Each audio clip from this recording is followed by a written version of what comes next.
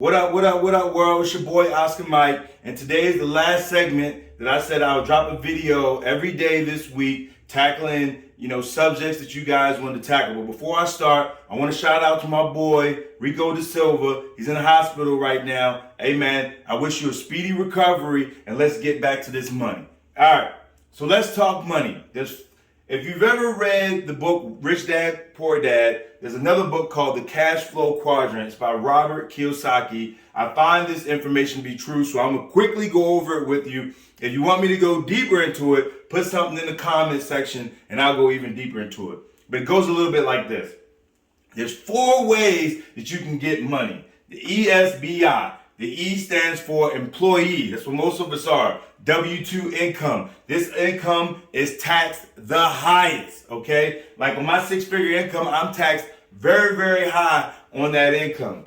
The S is self-employed. So you're just a little bit above an employee. You're an owner, operator in your business, but really you're self-employed. You just created a job for yourself. B is business, and it's usually like over 500 employees. But, the information's kind of changed. Now you can really run a business, not even have 500 employees. You can have a big business and have maybe 25 or 30 or 50 or maybe even 100 employees or less, just depending on what the business is, especially if it's fully online. And then the I is investor. This is someone whose money is working for him or her.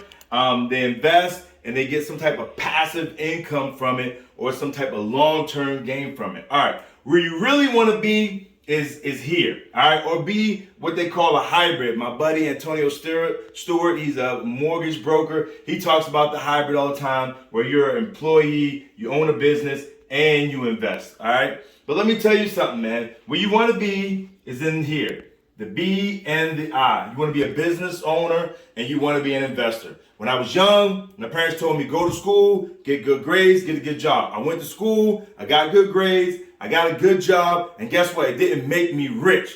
All right, even if you become a doctor or a lawyer and you're making $200,000, $300,000 a year, doesn't necessarily make you rich. The way that you become rich is you got to own assets. All right, so you really want to be in this side of the quadrant where you own a business that's providing you or making you money, or you want to be an investor.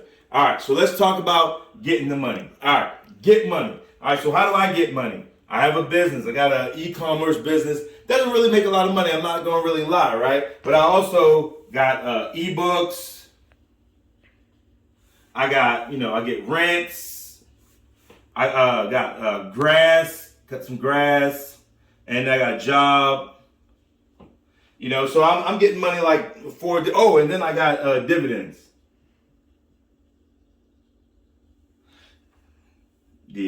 Sorry. I get dividends. All right. So with how many interest rates? I got 1, 2, 3, 4, 5. I got 6 sources of income that bring me in money every month, right? And for the rents, I own some properties on my own, and then I own 8 properties with some partners or whatever the case may be. All right. So first, I get the money, right? After I get the money, I pay my needs, right? So that's rent, gas and electric, cable, all the little frivolous stuff that you have to pay every month just to live, right? But this stuff brings my money down.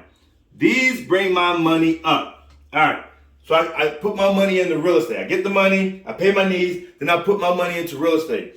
I'm constantly looking to buy more real estate. When I can't buy more properties, I invest in REITs. Real Estate Investment Trust, right? REITs. All right. Those pay me a dividend every month. So right now I'm getting about $700, a little bit over in dividends just from REITs and some of my dividend stock. And then last but not least, I put my money into investments. So I invest in stocks, REITs, mutual funds, cryptocurrencies, ETFs. I talked about some of my favorite ETFs being VOO, VTI, QQQ, and then I do VNG as well. That's the Vanguard real estate fund as well, right? So what you guys want to do is continually get the money and invest in these products, these types of investments, real estate and investments. And then when I'm low on money, I borrow from this investment. But when I borrow from it, I only borrow from this investment to buy more of these investments. So the money never sleeps. It just keeps moving and keeps moving. Time's about to run out.